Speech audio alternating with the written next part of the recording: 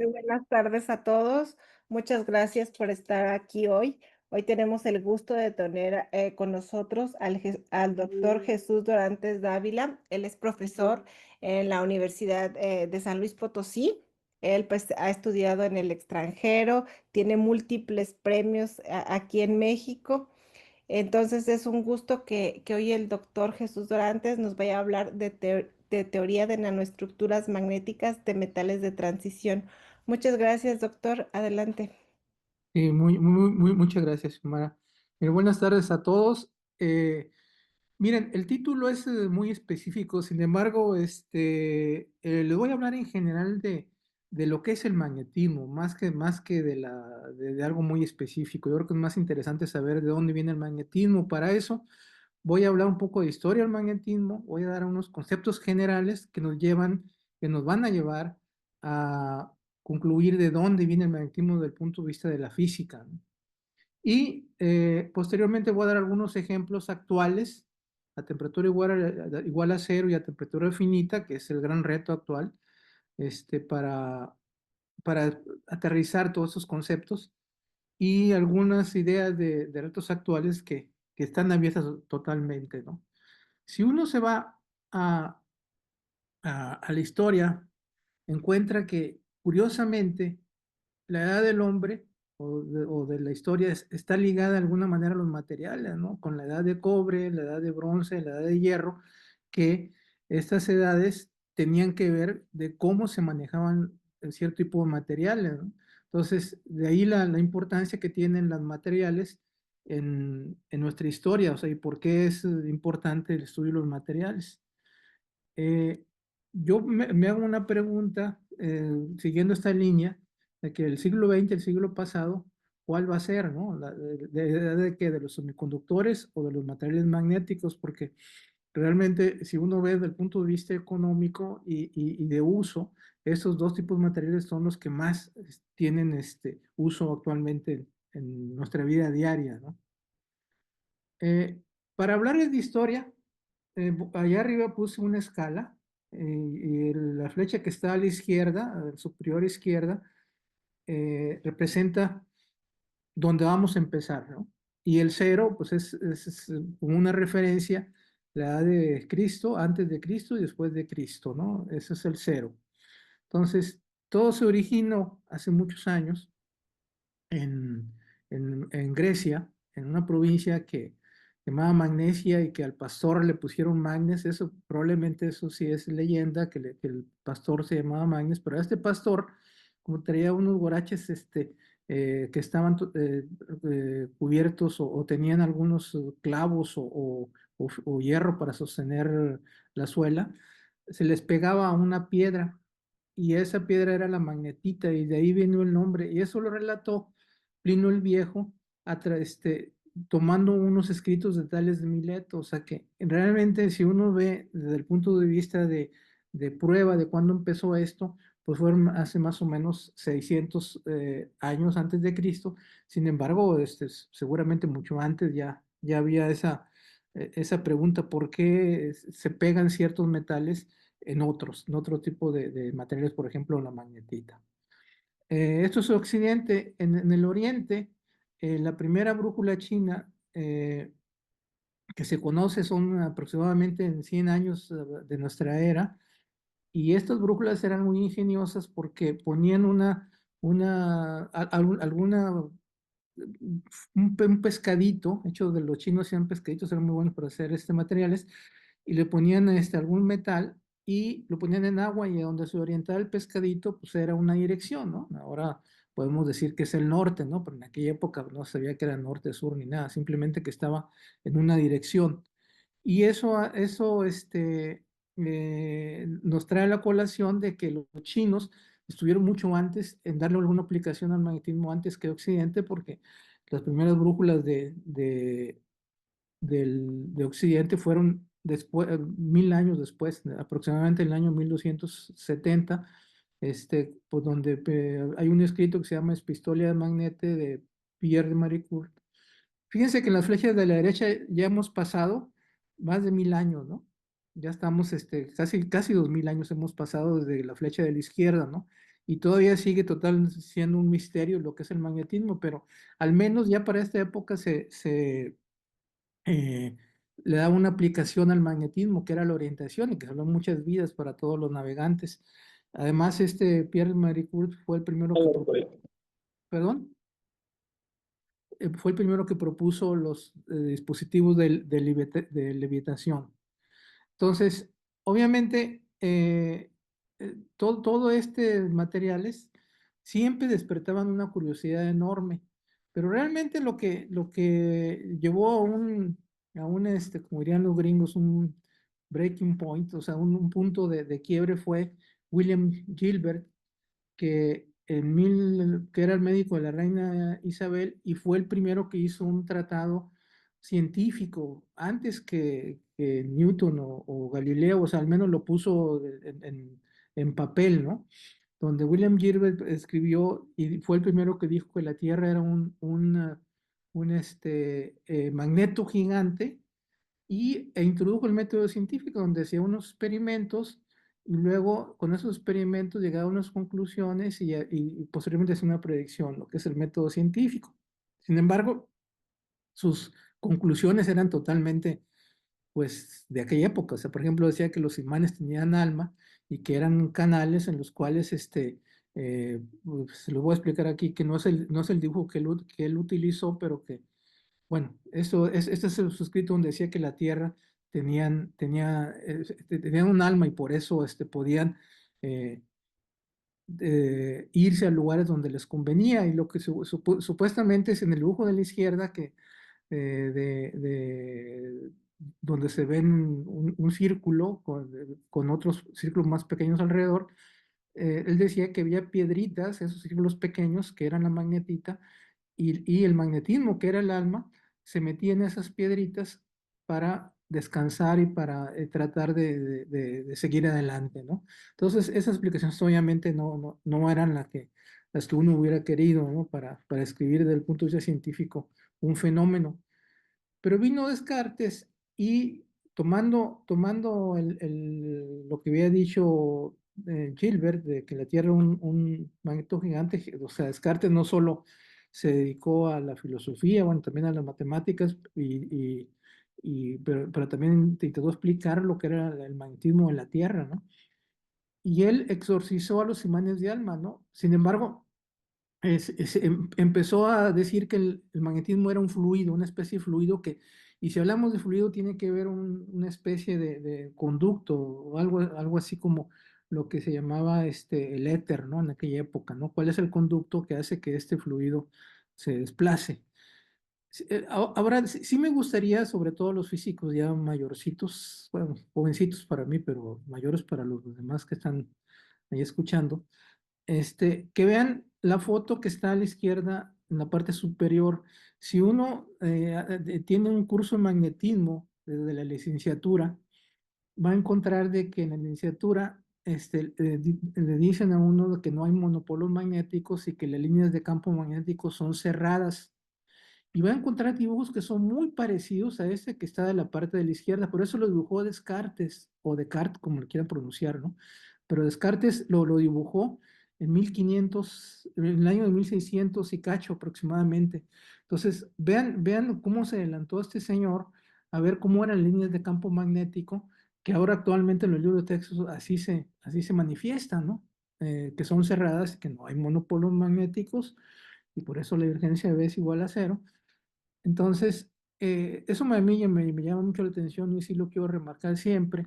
También dibujó esas cosas que están en la parte superior a la derecha, que son unas flechitas así como si fueran de metal, pero que así se dibujan ahora los espines actualmente, ¿no? Que son 500 años después aproximadamente o 400 años después, y claro que los tamaños son 14 órdenes de magnitud, ¿no? Uno con respecto al otro, pero de alguna manera esquemáticamente estaba ahí.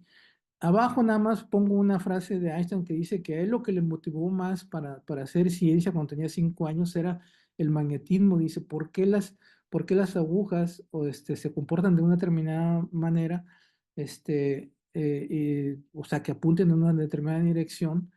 y no en otra, ¿no? Esos experimentos para hacer brújulas, a Einstein, según él, lo llevó a dedicarse a la ciencia, ¿no? O le llevó, maravilló más la atención, ¿no? Ok, entonces, librándose de todas esto, yo no sé por qué están aquí, pero aquí se quedaron, perdón, aquí. Eh, Aparte de todos esos experimentos científicos, déjenme comentarles que Mesmer de 1684 fue los primeros que propuso que se podía usar el magnetismo para curar, ¿no? No dijo cómo, pero él dijo que se podía usar para curar. De ahí viene pues la palabra que a Mesmer se le conoce como el padre del biomagnetismo, ¿no? Por esa razón. Pero de alguna manera también abrió la puerta a los charlatanes, ¿no? Ustedes no se acuerdan porque están muy jóvenes, pero en mi época había un programa que era una basura desde mi punto de vista, en mi opinión, pero que la gente lo veía mucho, que se llamaba Siempre en Domingo, de un tal Raúl Velasco. Él ganaba mucho dinero como comentarista, pero donde más ganaba dinero era vendiendo pulseras que eran magnéticas según esto. Y si se compraba alguien una pulsera y la gente ignorante se lo creía, iba a encontrar novio y novia porque con esa pulsera iba a atraer a los muchachos y a las muchachas, ¿no? Entonces imagínense todo ese tipo de cosas que también te tiene su razón, ¿no? O sea, ¿por qué los imanes se pegan en los refrigeradores, por ejemplo? Entonces, yo me gustaría que vieran esta transparencia porque ya me salté muchísimos años. En la parte de la derecha van a ver una línea que está azul, un cuadrito azul, son todos estos, donde fue el gran auge del magnetismo entre 1650 y 1600 y 1800 más o menos, donde empezaron bueno, aquí podría destacar a la ley de Coulomb con Charles Auguste Coulomb, que fue el primero que dijo que si tengo dos cargas estáticas, la manera que se atraen es 1/r², ¿no? Volta, que fue el primero que desde el punto de vista electroquímico hizo la celda voltaica, Franklin hizo experimentos con las corrientes, ¿no? Entonces, todo este tipo de cosas llevaron a ir construyendo el entendimiento de lo que era la electricidad sin embargo, nadie había dicho que esa electricidad tenía lo que ver con el magnetismo. El primero que hizo eso fue Ørsted, que aquí les muestro esquemáticamente de la derecha. Ørsted decía de que es esquemática porque obviamente no había baterías como están aquí puestas, ¿no? Pero si tengo un circuito y tengo un metal, entonces si tengo el circuito abierto, no pasa nada. En la primera parte de la derecha hacia arriba pueden ver de que la aguja está en una dirección. Pero sin embargo, si cierro el circuito, y la corriente empieza a circular en una determinada dirección, por ejemplo, de derecha a izquierda, entonces la aguja cambia de dirección, ¿sí? Y cambia perpendicular a esta dirección. Y si le cambio la polaridad en la parte de abajo, cambia totalmente la otra dirección, ¿no? De alguna manera, lo que está diciendo ahí de que la corriente indujo algún campo magnético que hizo que esa aguja se cambiara, ¿no? Fue el primero que relacionó corriente con magnetismo, lo cual es muy, muy significativo, ¿no? Ya, y ahora viene lo que, otro un descubrimiento u otra teoría importante fue la de Ampère, que puso dos alambres con corrientes y esos dos alambres se atraían o se repelían dependiendo de la dirección de la corriente y lo puso de términos matemáticos, ¿no? Con la ley de Ampère, ¿no? Entonces, todo eso sigue siendo fluidos, ojo, ¿eh? Nada de que si esos fluidos están constituidos por algo, ¿no? Eh, y esto no se lo voy a dejar de mostrar porque es muy importante Faraday, que para muchos es el mejor experimental que ha habido, porque con cosas muy sencillas, eh, pues, descubrió muchas cosas, ¿no? Sobre todo la inducción electromagnética, que es la base fundamental para todos los generadores, para todos los motores, que si hubiera patentado, pues sería el hombre más rico del universo por cientos de años, ¿no? Por todo lo que se usa, todo su descubrimiento, ¿no? Entonces, y él básicamente dice, bueno, si la electricidad produce magnetismo, ¿por qué no al revés? También puede ser el magnetismo que produzca electricidad. Y aquí estamos viendo, por ejemplo, cómo esquemáticamente entra un imán, ¿sí? En un circuito que está moviendo, hay un movimiento de ese imán y hace que se produzca una corriente en la parte de abajo, ¿no? Esas inducciones de Faraday pues, lo llevaron a la humanidad a cambiar de manera de vivir de como se vivía en aquella época, ¿no? Y luego ya finalmente llegamos todavía con los fluidos a Maxwell, ¿no? Maxwell con sus ecuaciones que están ahí abajo, a la derecha. Yo no lo estoy viendo, pero si lo estuviera viendo les preguntaría cuál fue la contribución de Maxwell de estas ecuaciones. Porque si uno ve, pues tienen que ver con la ley de Ampere, la ley de Faraday, que no hay monopolos, la ley de Gauss y la fuerza de Lorentz hasta abajo, ¿no? Entonces, ¿qué es lo que dijo Maxwell? Entonces, ¿a poco nada más puso las, las ecuaciones en forma diferencial? Si alguno tiene la respuesta, díganmelo en 10 segundos, si no, se las tengo que dar, ¿no? 1, 2, 3, 4, 5, 6, 7, 8, 9, 10. Lo que hizo Maxwell fue que en la cuarta ecuación, ¿sí? Del lado derecho está la corriente de inducción, ¿sí? Que es la parcial de D con respecto a T. Eso fue lo que lo introdujo Maxwell, no estaba antes. Y si no está ese término, entonces no se pueden, uno de los ejercicios típicos del electromagnetismo es de que uno puede convertir esas ecuaciones en una ecuación de onda electromagnética, por eso se llama a la luz onda electromagnética, porque la solución es una ecuación de onda, ¿sí? Y si no estuviera ese término de la corriente de inducción, no habría manera de poner esas ecuaciones en términos de onda electromagnética. Entonces, Maxwell sí hizo una contribución muy importante y fue esa, y sobre todo que sus ecuaciones son invariantes a transformaciones de Lorentz, es decir, que cumplen perfectamente con las leyes de la relatividad especial, lo cual no fue la mecánica newtoniana, pero Maxwell sí. Entonces, había pues varios motivos por los cuales todo esto decía que íbamos en buena dirección. Y como ya había habido muchos descubrimientos, Faraday y todo, y se estaban usando, decía, pues ya que hasta aquí acabamos, ¿no? Pero después vino el descubrimiento del electrón. Aquí se lo pongo porque es importante. El descubrimiento del electrón como que se le minimiza, pero fue Thomson el que prácticamente fue el que midió la relación masa con carga. Eh, pero fueron los rayos catódicos que Röntgen, rayos X, los que empezaron, ¿no? con esta cosa, ¿no? Que los rayos catódicos, un cátodo y ánodo, y podían pasarse a través de una pantalla, ¿no? O sea, como si tuvieran momentum. Y Thomson fue prácticamente el descubridor del electrón, ¿no?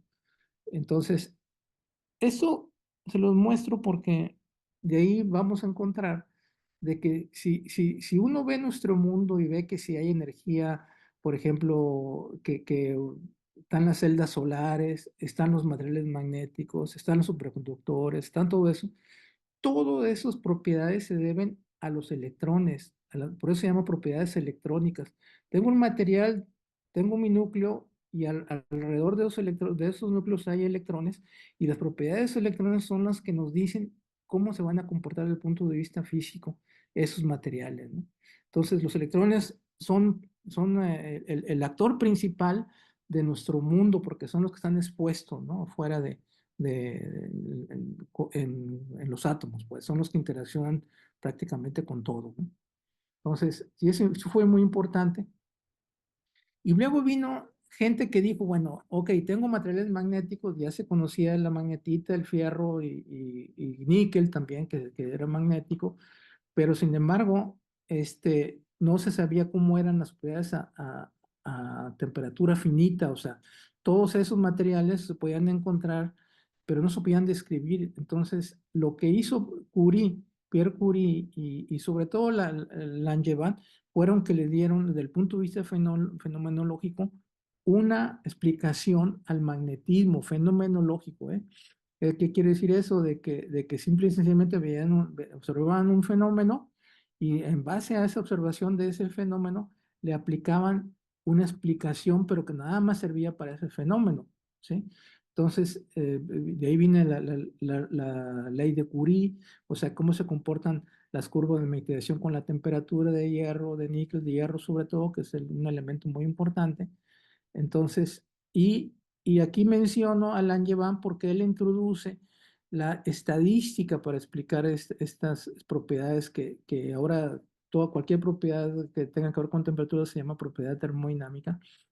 Entonces, Langevin era muy buen físico, pero sin embargo, bueno, tenía otras, así como Oppenheimer, que tenía 80,000 ocupaciones, él tenía 80,001, porque aparte de las 80,000 que tenía Oppenheimer, tenía a Madame Curie, que era su amante, ¿no? Entonces tenía que cumplir 81,000 veces y una vez más, ¿no? Entonces, y aparte era defensor de los derechos civiles, miembro del Partido Comunista Francés, presidente de la academia, etcétera. Entonces, dedicó poco a la ciencia, pero sí lo hizo muy importante con su ecuación, la ecuación de Langevin. Entonces, todo esto decía, pues ya estamos hechos, ya nada más falta darle la vuelta al este. Sin embargo, cuando uno usa física estadística, un ejercicio que dura 5 minutos en hacerlo, si uno usa física estadística clásica, encuentra que el magnetismo no puede existir. Es un teorema que se llama teorema de Bohr-Mann-Levin, que simple y sencillamente dice, clásicamente, el magnetismo no existe, ¿sí? Entonces, ahí fue un dolor de cabeza, ¿no? Y debido a eso se desarrollaron miles de teorías y cosas desde el punto de vista de estadística para explicar el magnetismo. Entonces, no se supo qué hacer. Ni yo se los voy a decir exactamente qué, si a menos que pregunten, pero los principales contribuyentes, pues, para el magnetismo fue, en primer lugar, la mecánica cuántica, y pongo algunos que son muy importantes. Dirac, que para mí es el que hizo realmente el formalismo que conocemos de mecánica cuántica. Y a Pauli lo menciono porque Pauli tenía una leyenda, no sé si la conocen, pero el efecto Pauli era que nadie lo podía invitar a ningún laboratorio porque se lo invitaba, una máquina iba a tronar. Aparentemente hizo tronar como 20 máquinas de amigos que los invitaban al laboratorio y por X o Y siempre tronaban esas máquinas. Entonces le decían el efecto Pauli, ¿no? Entonces, en todo caso, todos ellos contribuyeron de manera muy importante a la mecánica cuántica, sin mencionar a Planck, por supuesto, nada más aquí los del formalismo. Y sobre todo empezó ya pues el conocimiento claro de que estaban construidos los átomos con núcleo y con los electrones. Esto más la teoría relativista es igual al magnetismo. Entonces, Eh, estamos hablando de 1920 más o menos, y algo, ¿no? Donde ya se decía, el magnetismo es un fenómeno cuántico relativista, tiene que ser, ¿no? ¿Por qué relativista? Porque tiene que ver con el spin, y ustedes probablemente no lo han visto, pero si uno estudia la mecánica cuántica relativista va a encontrar que de la ecuación de Dirac sale de manera natural el spin, por eso se llama relativista, ¿no? Y el spin es vital para describir el comportamiento de los electrones, ¿no? Puede estar arriba o abajo, ¿no? Eso es un hecho experimental, ¿no? Un electrón tiene dos cuantizaciones de spin, spin vale un medio, pero por ende pues, son dos cuantizaciones, ¿no? Entonces, las fuentes de magnetismo son, para resumir, el magnetismo orbital, que tiene que ver con cómo se mueven los electrones alrededor de los núcleos, y el magnetismo de spin, que tiene que ver con la cuantización de los electrones. Entonces, tiene una teoría mecánico cuántico relativista y sus propiedades para nada se pueden pensar que son contribuciones individuales, al contrario. Entonces, eh, estamos pues en el hecho de que si queremos estudiar magnetismo tenemos que utilizar teorías cuánticas relativistas, al menos actualmente, si no, estamos fritos. ¿Ok? Entonces, y viene, por ejemplo, ahora, que tiene que ver con el tema o el título, que yo creo que la primera, esta primera parte que di es importante para saber de dónde viene el magnetismo, porque esto tiene que ver con el título, porque en 1967 más o menos, Planck dijo, Planck, perdón, Feynman, no sé por qué se me quedó, Feynman, que es un físico muy importante, reconocido sobre todo por los viejos como yo, y Feynman dijo que en lugar de estarnos fijando para arriba, dice, ¿por qué no nos fijamos para abajo? Dice, porque estamos tratando de descubrir planetas y ver planetas que ni siquiera podemos estar a nuestro alcance de manera física, sino de manera indirecta, ¿no? Entonces dice, en cambio a los átomos para abajo los podemos manipular, controlar y podemos, sobre todo si queremos unas propiedades ya establecidas, que queremos unas propiedades, entonces podemos manipular esos átomos. Entonces él en una, aparte en un libro que escribió que se llama There is Plenty of Room at the Bottom, aparte de ese libro, en una conferencia dijo, ya basta y vayámonos para abajo, ¿no? Entonces, para muchos es el que dio la dirección para irnos a la famosa nanociencia, ¿no? A tratar de ver cuáles son las propiedades que tenemos que ir para abajo, ¿no? Entonces, y claro, si nos vamos a la estructura, ahora, ¿por qué son importantes las estructuras? Uno puede decir, ah, pues está bien, voy a usar, ahora cualquiera hace en nanociencia, ¿no? Más dice, pero ¿para qué, no? O sea, hay que preguntarse para qué quiere uno la nanociencia. Entonces, los físicos sí nos preguntamos, pero vamos a ver cuáles son los materiales que hay en la Tierra, ¿no? Más para que vean, para que nos den una idea de lo que hay en la Tierra.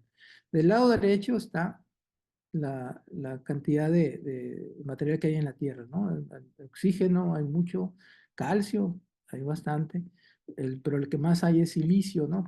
Afortunadamente, y por eso el silicio es muy tan importante para los semiconductores, ¿no? Y hierro, que es un material magnético, también hay bastante, ¿no? Y aluminio. Esos son, a grosso modo, los materiales y el resto, pues, son alrededor de entre 9 y 10%, ¿no?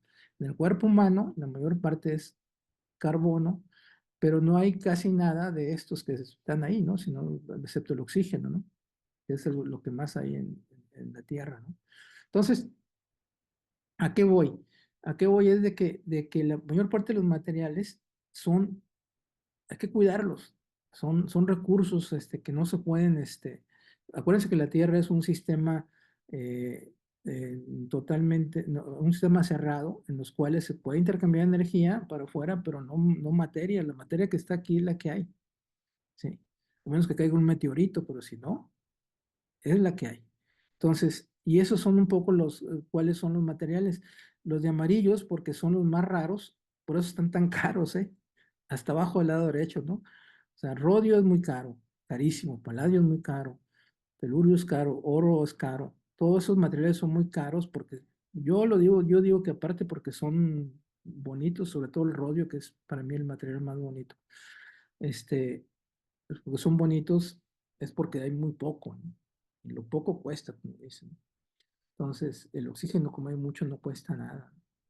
Pero hay que cuidarlos, pero el hierro es una cosa de ellas. Ahora, volviendo a la pregunta de por qué son importantes las estructuras, uno tiene que irse a la tabla periódica. Y en la tabla periódica lo que uno ve es de que hay muy pocos materiales magnéticos. Lo que está en morado, espero que sea morado en su pantalla, son los materiales que son magnéticos a temperatura ambiente o que son magnéticos de manera natural. ¿Sí? Los de abajo son los tierras raras y arriba son los materiales de transición, ¿no? Todos los demás no son magnéticos. Sin embargo, también en su curso de mecánica cuántica 2 vieron una regla que se llamaba las reglas de Hund, donde dice que, como conclusión, de que prácticamente todos los átomos son magnéticos. ¿Sí? Todos los que tengan capa semillena son magnéticos. Semillena o no llena más bien.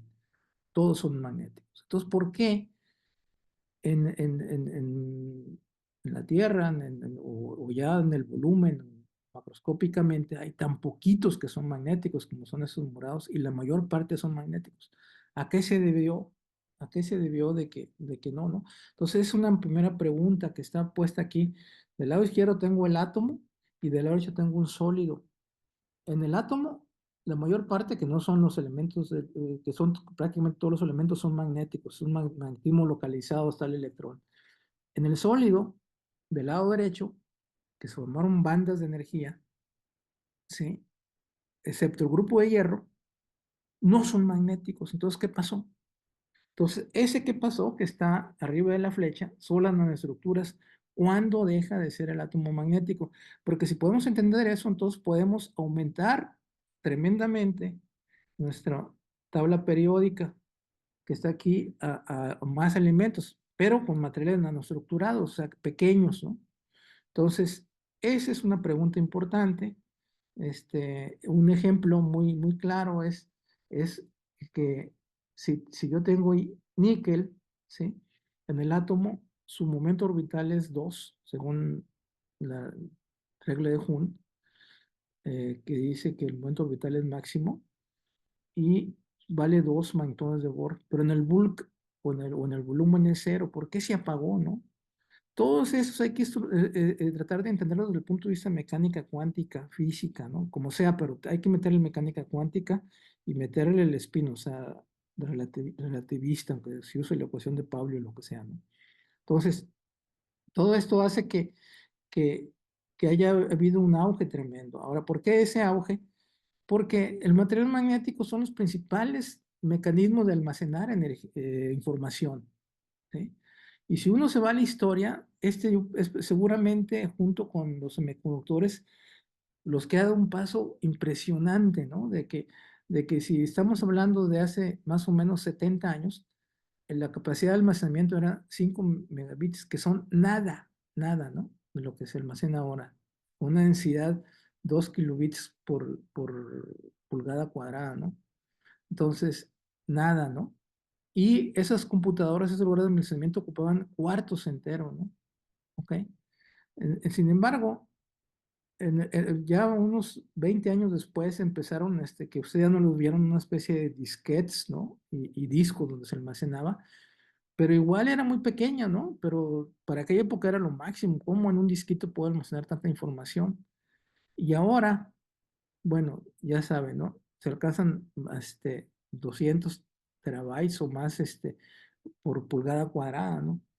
¿Y por qué queremos almacenar información? Pues ahí viene ya también una cosa que es totalmente ideológica, ¿no?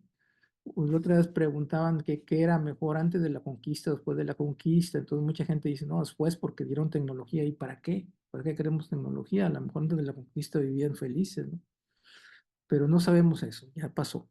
Pero lo que sí sabemos es que ahora la sociedad capitalista exige absolutamente estar en las redes sociales y tener información actualizada. Entonces, esas redes sociales, ¿sí? Nos exigen que tengamos, que haya lugares, o sea, por ejemplo, Google y todo eso, que tengamos que tener lugares de almacenamiento de petabytes, ¿no? Que son 1000 a la 5, ¿no? ¿Sí? ¿Ok? Entonces, eso, ¿a qué nos está llevando? A que necesitemos más y más mandar información, pero como les dije que los materiales son finitos y los espacios son finitos, pues requerimos ir disminuyendo el tamaño, ¿no? Entonces el tamaño, realmente lo que necesitamos es reducirlo. Pero el magnetismo dice que si tú lo reduces, pues ya los momentos magnéticos no son estables, siempre hay una manera, ¿no? Entonces, esa es la tirada, ¿no? Reducirlo. Y aquí les pongo de manera esquemática cómo se graba. Se graba magnética y digitalmente, ¿no? El magnetismo nos da una dirección de magnetización y digitalmente nos dice eso vale un cero o un uno que está del lado para abajo, ¿no? Por ejemplo, aquí esquemáticamente tengo una corriente, genera un campo magnético y la cinta magnética que es verde morada, dependiendo de la dirección de la corriente, la magnetización es de un lado y si cambio la dirección de la magnetización es del otro lado. Y esa corriente tiene que ver con alguna energía que ahí llegó, por ejemplo, energía mecánica de una canción que se convirtió en eléctrica, ¿no? Entonces, es la manera de grabar esquemáticamente y más esquemático lo tengo al lado derecho hasta arriba donde tengo una barrera de potencial, ¿sí? O sea, como pueden ver, el 0 y 1 del lado izquierdo significa tener la dirección de magnetización de un lado y otro. Ahora, la magnetización es un pseudovector y ese pseudovector me está diciendo, me dice de que la dirección de la magnetización no cambia la energía. O sea, tengo la misma energía si la tengo la dirección de la magnetización a la derecha, que sería, por ejemplo, este 0, el morado, que a la izquierda, que sería el verde, es la misma energía, ¿no?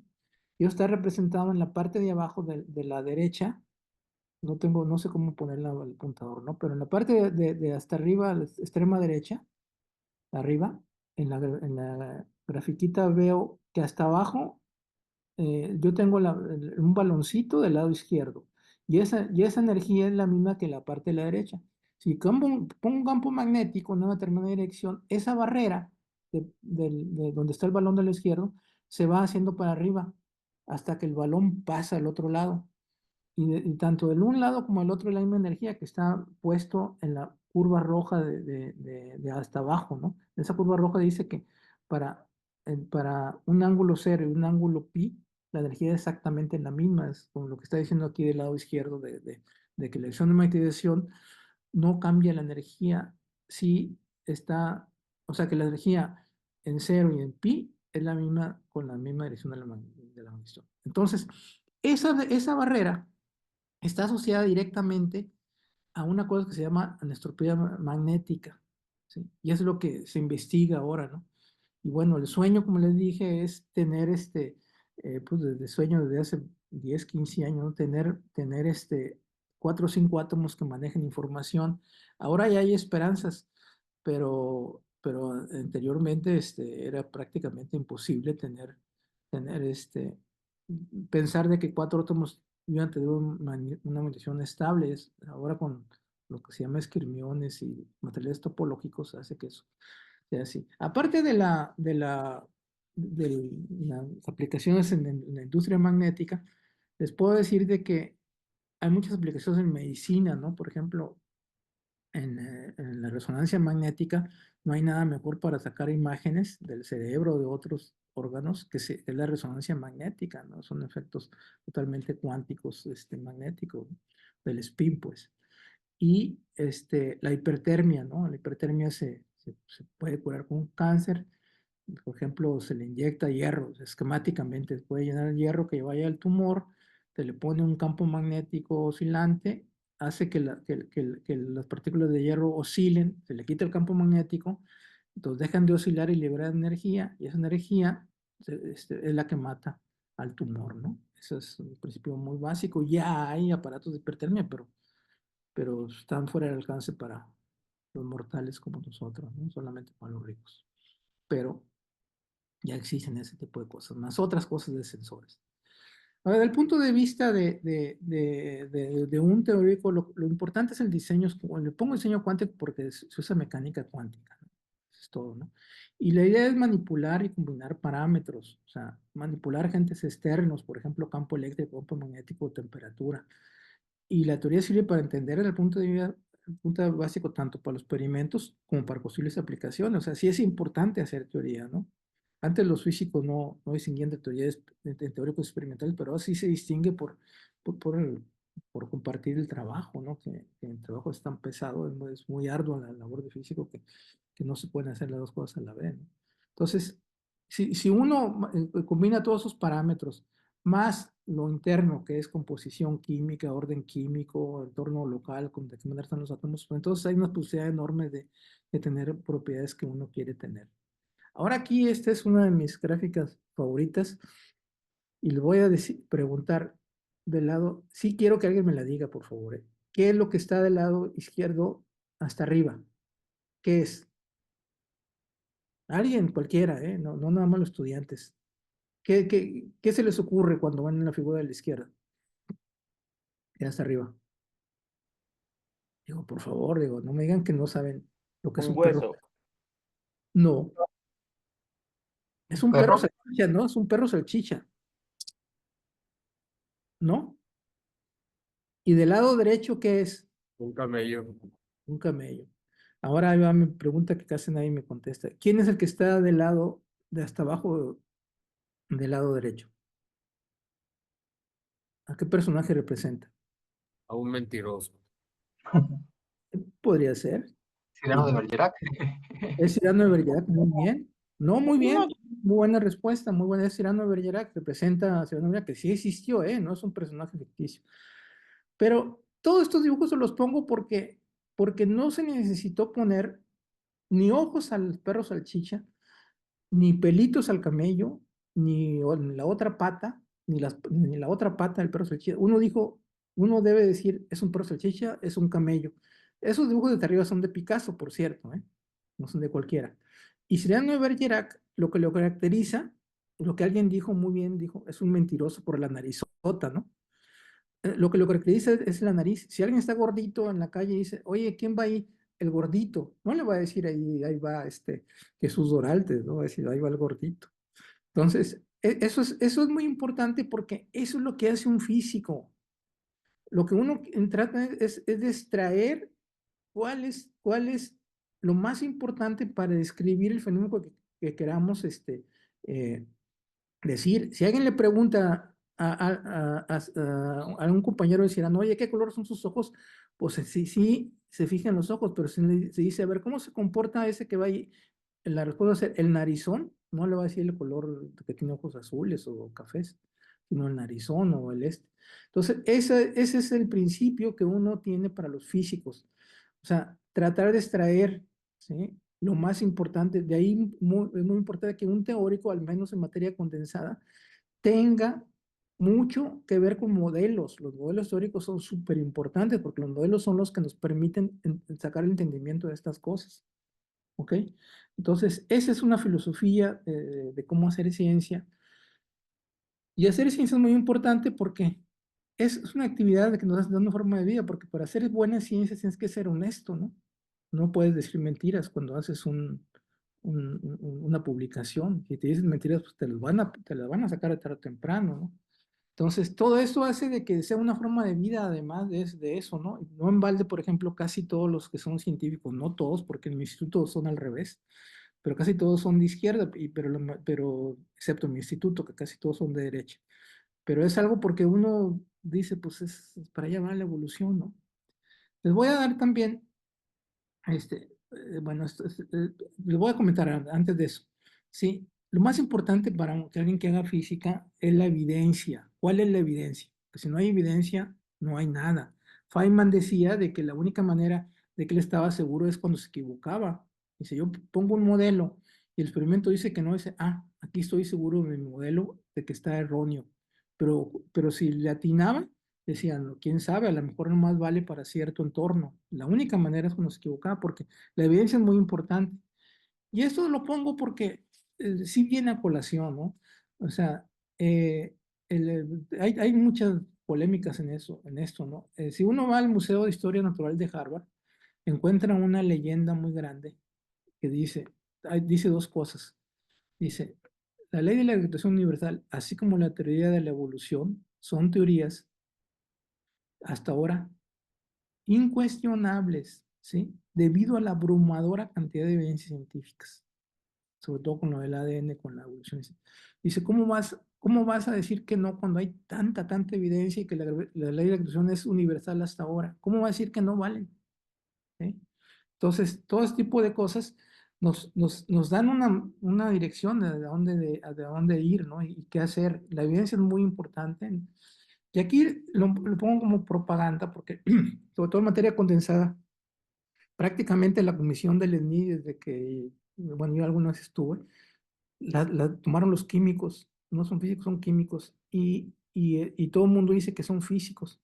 Sin embargo, los que somos físicos, sabemos que para hacer física hay que publicar, o sea, intenta uno, no que publique, ojo, que no todos pueden publicar ahí, pero intenta uno publicar en las dos de arriba, física review o física review, porque son las de estándar de un físico. No va a tratar de publicar en ACS Nano o algo de materiales, ¿no? Esos son los químicos. Si uno ve, por ejemplo, el parámetro de impacto de esas revistas que están ahí hasta arriba, es bajo. Física review tiene 9, no hay cachito, Física Review 3.8. Ve, le pongo la que es de mi área, ¿no? Y sin embargo, todos los premios, ¿no? Excepto los del año pasado, publicaron ahí. sus trabajos de premio Nobel, ¿no? Y del lado derecho tengo las mejores revistas de matemática que hay, ¿no? Por ejemplo, en anales de matemáticas, creo que hay 4 publicaciones en México de toda la historia, ¿no? Sin embargo, el parámetro de impacto, vean lo que es, ¿no? No es nada. Entonces, todo esto nos dice, si alguien quiere medirse con el parámetro de impacto, está mal. Cualquier científico sabe dónde, cuáles son las buenas revistas. No tiene que irse por el parámetro de impacto. Para mí eso del SNI lo que dio, le ha dado en la torre a la ciencia, porque todo el mundo quiere publicar con muchos autores, porque yo te pongo a ti, tú me pones a mí, y en revistas de bajo impacto, porque vale lo mismo que un Physical Review Letter, ¿no? Entonces, vean, por ejemplo, las de química. Las de química no se publican en los que tengan un impacto más grande, se publican en JAX, que se llaman las zonas de abajo en azul, y en esta que es alemana, que está impronunciable, pero es una revista alemana, donde publican todos los premios Nobel. Entonces, ojo, ojo con eso. Publicar en estas revistas cuesta mucho, pero si uno hace ciencias porque le gusta, ¿sí? Eh, Nada más vean ahí las que tienen las revistas que tienen mayor factor H, que esa es no es una medida muy buena, pero es mejor al menos que el parámetro de impacto. Y se ve que después de Nature está Physical Review Letters y Physical Review B, ¿no? Las de física me refiero. Y esas ya son de química, ¿eh? Nomás que se dicen que son, todas esas nanoletters, hace nano, las publica la Chemical Society, no la publican la APS, ¿no? Son de química, nada más que ya tomaron el control absoluto los químicos, ¿no? Están por todos lados. Entonces, ahora les voy a dar algunos ejemplos concretos, no muchos porque ya me comí el tiempo, pero bueno, lo más importante yo creo que era decirles dónde venía el magnetismo y qué son. Miren, por ejemplo, uno puede estudiar, para materiales magnéticos, uno puede estudiar cuáles son sus momentos magnéticos, pueden encontrar cuáles son los arreglos complejos de spin que hay, pueden investigar también las propiedades de temperatura finita y la entropía magnética, que como ya saben, la magnetización es un vector, entonces está orientada en una dirección del espacio determinada y la orientación de energía del estado base está bien determinada, ¿no? Entonces, cambiar esa orientación por un agente externo, por ejemplo, un campo magnético externo, la energía que uno le proporciona al elemento para cambiar la dirección es la energía de la entropía magnética. O sea, cambiarla, por ejemplo, de la dirección Z a la X, ahí en esa.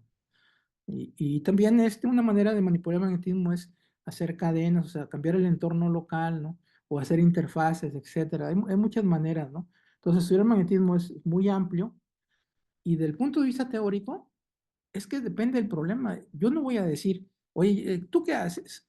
No, yo hago teoría funcional de la densidad. Eso no es cierto. La teoría funcional de la densidad es un método, como el método Monte Carlo, como las integrales funcionales, como la teoría de métodos semiempíricos. No tiene nada que ver con lo que uno hace. Uno en todo caso estudia propiedades magnéticas, propiedades electrónicas de materiales magnéticos. Eso lo puede decir uno. Y todo depende del problema. Usa la teoría que más se adopte, ¿no? Por ejemplo, la MAE, como les dije, que es muy importante saber cuánta energía tengo que proponerle al elemento para que me la cambie de una dirección a otra. Ese es el proceso de grabación, ¿eh? Cambiar la dirección de uno a otra, ¿eh? Es ceros o unos. Así se graba. Entonces, de M a menos M, por ejemplo. Entonces, y conocer esa barrera de energía de la entropía magnética es crucial, ¿no? Entonces uno busca eso. Por ejemplo,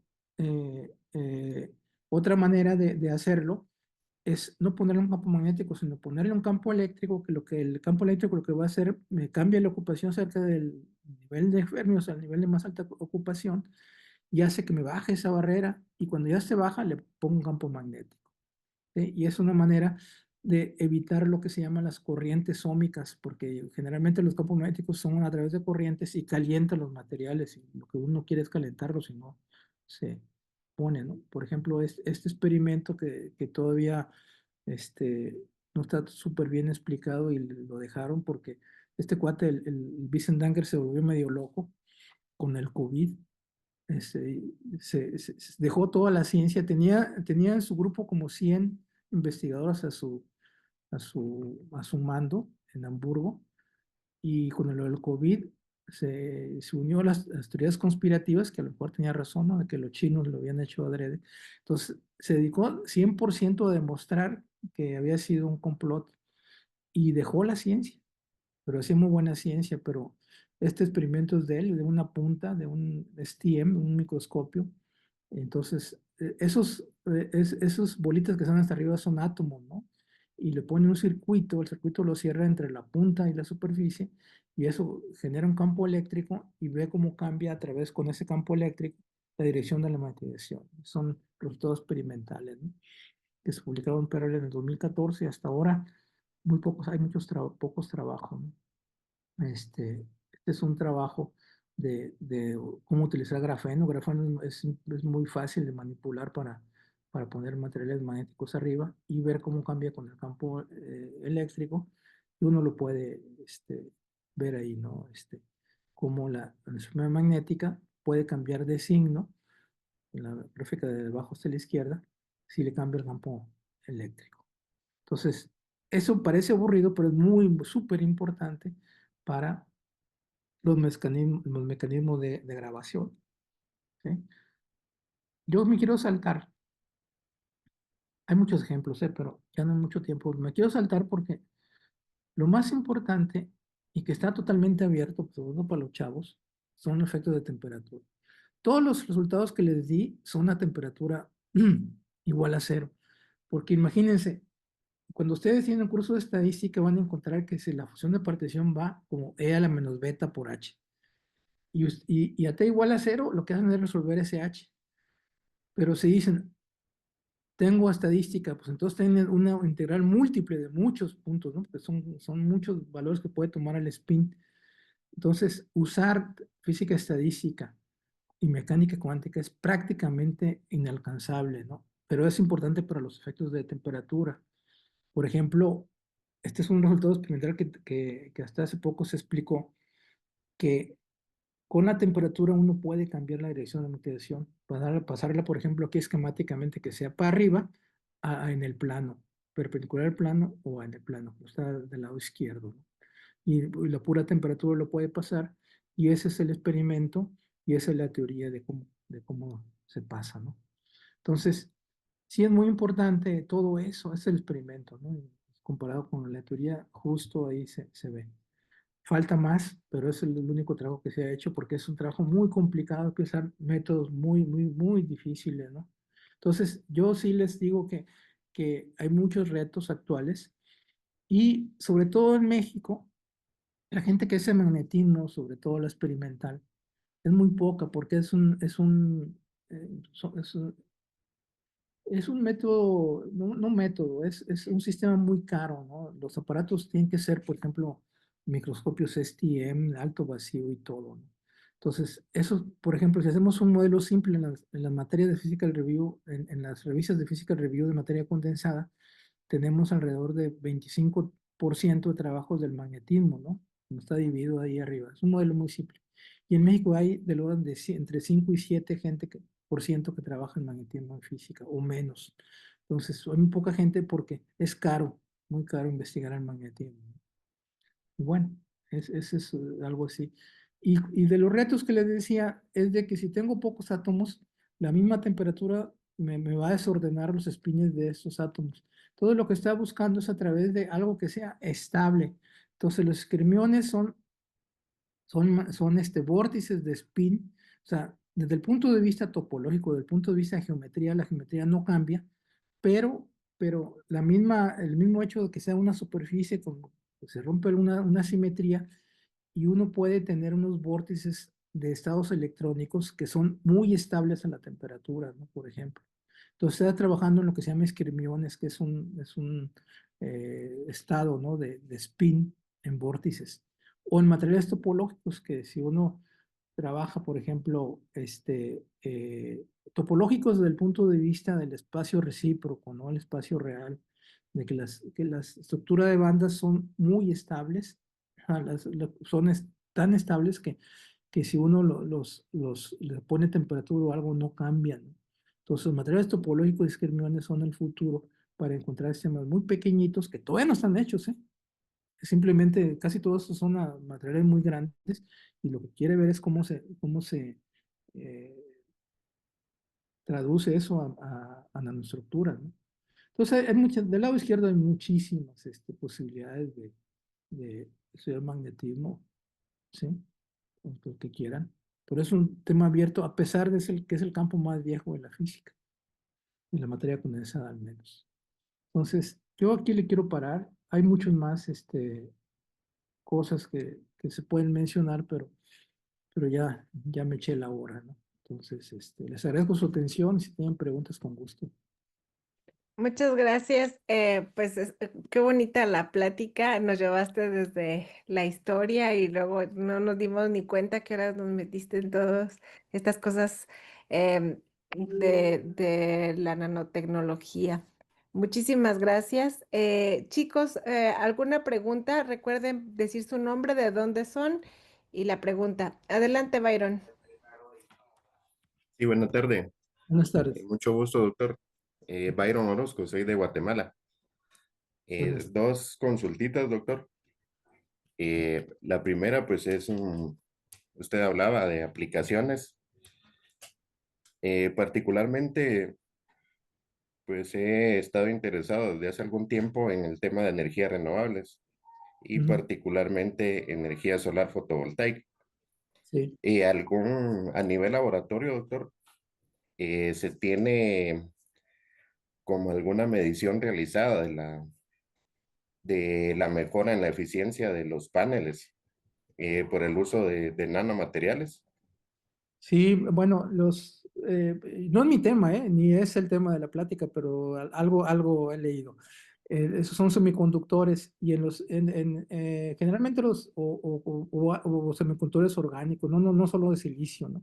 Pero los alemanes ya tienen según ellos, tienen sistemas que pueden tener hasta 50% de eficiencia y todos son nanoestructurados, esos sistemas. Y si uno va a Alemania actualmente, ya prácticamente todas, pero todas las casas tienen una celda solar arriba, ¿sí? Y eso, y allá no hay sol, ¿no? Aquí, por ejemplo, curiosamente, bueno, en Chiapas no tienen problema, ¿no? Pero aquí en San Luis Potosí, pues sí hace frío en el invierno. Y muy poca gente tiene, tiene calentadores solares, pero no se diga fotoceldas, sino calentador por radiación nada más, ¿no? Que son los más baratos. Ni siquiera pueden calentar pensar de que el sol puede calentar el agua. Entonces, sí tienes razón, es un futuro muy importante, pero sí la eficiencia que se tenía antes, que era el 10-15% de los semiconductores tradicionales, hay mucha investigación ahora y muchos le llegan entre el 40 y 50%, sí se han aumentado utilizando materiales estructurados. Más detalles no lo sé, porque no es mi tema, pero algo he leído de eso. Gracias, doctor. Y lo segundo, pues una curiosidad más que todo, ¿verdad? Dentro de lo que es electromagnetismo. Ajá. Eh, Su opinión, doctor. A mí siempre me ha parecido interesante el vector de Poynting, ¿verdad? Por toda su conceptualización. Sin embargo, pues entiendo pues que por el tiempo y demás, pero en muchos seminarios y actividades que he tenido oportunidad de escuchar, muy poco se habla del vector de Poynting. ¿Cuál es su opinión, doctor? Bueno, Disculpe. no se preocupen, mire, le voy a dar mi opinión honesta y sincera. Si uno estudia electromagnetismo en la maestría o la licenciatura, lo que uno estudia es el electromagnetismo clásico, ¿no? Una especie quieren explicar fenómenos a través de ecuaciones, ¿no? O modelos. El vector de Poynting es algo macroscópico, microscópicamente vamos, lo que uno quiere ver es el flujo, o sea, pues importa para el flujo de energía, ¿no? Entonces, sí es muy importante, pero desde el punto de vista clásico, ¿sí? No sé si me explico, o sea, no sabría cómo responderle. Desde el punto de vista cuántico, pues no tendría sentido, porque aquí estamos hablando de momento angular y momento del spin, ¿no? Que son, no tienen que ver. Pero desde el punto de vista de las aplicaciones, obviamente el vector Poynting sí es importante, pues, de estar ligado a la energía, ¿no? Ok. No sé si eso es lo que quería Sí, sí, escuchar. muchas gracias, doctor. ¿Más preguntas, chicos? Sí, Adelante. Franda Boín de Venezuela. Buenos días. Eh, si bien digamos, ciencia experimental a nivel del magnetismo es costosa por los equipos, ¿qué trabajo hacen de la mano los teóricos junto con los experimentales para, de alguna forma, pues, apoyarse en cuanto a la teorización, el desarrollo de tecnología de aplicaciones que en sí pues tienen que probarse y luego teorizarse? Claro que sí, buena pregunta, porque pareciera que están desligados, pero no. El problema de nuestros países es de que no hay una planeación, ¿no? Por ejemplo, ahora con ese gobierno yo esperaría que dijera, todo el dinero o el 80% se va a proyectos, o lo que decía el señor de Guatemala, se va a ir a energía renovable. Y eso debería ser, ¿eh? Entonces, todos los proyectos, y se van a valorar investigaciones reales, no las que se publican en revistas chafas. Entonces, eso sí aumenta. Y lo que esto lo pongo en contexto porque aquí los teóricos y los experimentales no están ligados, cada quien hace lo que puede, ¿no? Pero si uno va a grupos en el extranjero donde algo está planeado, encuentra que en ese laboratorio al ladito, voy a dar un ejemplo, el Max Planck en Halle, ¿no? Está la oficina del experimental, que se llama el jefe experimental, y está al ladito la jefe teórico. Y tienen seminarios conjuntos donde se discuten cosas sobre posibles experimentos o sobre posibles interpretaciones de algún hecho, ¿no? O sugerencias de experimentos. Y al lado, o casi al lado, está ingeniería, donde después de que ahí se ve eso, los ingenieros entran al quite. Hay una cosa que no se sabe, pero hay más ingenieros en Alemania que físicos y químicos y todo, ¿no? Mucho más ingenieros, ¿eh? Y tienen un presupuesto más alto. Entonces, y todos tienen doctorado, esos ingenieros. Entonces, una respuesta muy rápida y fácil, sí debe de haber y sí la hay. Yo las veces que tuve oportunidad de estar en el extranjero, pues me iba a los laboratorios porque ahí es donde se discute la real física, la evidencia, ¿no? Sí, no sé si responde eso, su pregunta. Sí, gracias, doctor. ¿Más preguntas, chicos? Yo, doctora, Adelante. muy buenas tardes. Entonces, Aram Romero de Zamora, Michoacán. Como usted a los futuros físicos más o menos les podría decir que si se quieren dedicar a la investigación, tendría que ser por fuera del país. no, pues para nada, al contrario, ¿no? Al contrario, que se queden, pero lo que sí estoy viendo es de que los que son muy buenos se están quedando fuera. O sea, yo tengo un caso muy reciente de alguien tan bueno que se quiso regresar aquí a la universidad y simplemente, pues las autoridades, mientras no cambien las autoridades de la academia, no van a cambiar las cosas. O sea, si mientras estén los abogados o los médicos los que estén liderando las universidades, pues va a seguir siendo lo mismo, ¿no? Porque no entienden. Entonces, este cuate no le dieron la plaza y ya es profesor ahorita en Japón, ¿no? En la ciudad de Kioto, full profesor, ¿no? Entonces, pero ese es un caso, ¿no? Un caso extremo. Yo digo que el problema es de que si no se cambia el SNI, ¿sí? A lo mejor eso no responde a tu pregunta, ¿no? Pero si no se cambia el SNI, vamos a seguir haciendo ciencia mediocre. O sea, pues, es muy claro. Imagínense ustedes, empiezan en ciencia y les dicen, oye, si publicas 5 artículos chafones, tienes SNI 1, pero si publicas 2 PRLs, I'm sorry, pero eres candidato. cuando un PRL te cuesta 100, ¿no? De las chafas. Entonces, a eso me refiero yo que lo único que luchar es contra el sistema. Yo creo que los físicos buenos pueden hacer cosas aquí y sí hay, y ahora como está la colaboración, tú puedes hacer ciencia aquí experimental colaborando con alguien en el extranjero, pero desde México, o sea, ir a algún laboratorio a hacerles mediciones, pero desde México. Y hay algunos buenos laboratorios aquí, pero en general no se ha avanzado, no se avanzó en el magnetismo porque era muy caro. Yo nomás conozco un grupo importante en la UNAM que hacía magnetismo a nivel competitivo, ¿no? Internacional, por lo caro que era. Pero, pero muchos otros hacían magnetismo colaborando con algunos laboratorios, sobre todo Europa, que son más propensos a colaborar. Entonces, no se vayan los chavos, por favor, pero, pero sí se están yendo. No es el único caso que yo estoy viendo últimamente que no quieren quedarse, ¿no? Y que intentan quedarse en el extranjero, ¿no? Incluso hasta teóricos. ¿Más preguntas? Yo tengo una pregunta para ti. Ahora estamos llevando a cabo dos diplomados, uno de programación y otro de física básica. Ujú. Mi pregunta para ti es, ¿cuál es el método de estudio que tú sugieres para los estudiantes? Porque muchas veces nos frustramos porque no nos sale algún problema o sentimos pues, que no somos para la física. ¿Tú qué método les recomendarías de estudio? Mira, voy a empezar a responderte con algo que me dijo un profesor. A lo mejor los que hicieron partículas lo conocen, Augusto García, que estuvo en el Sinvestab.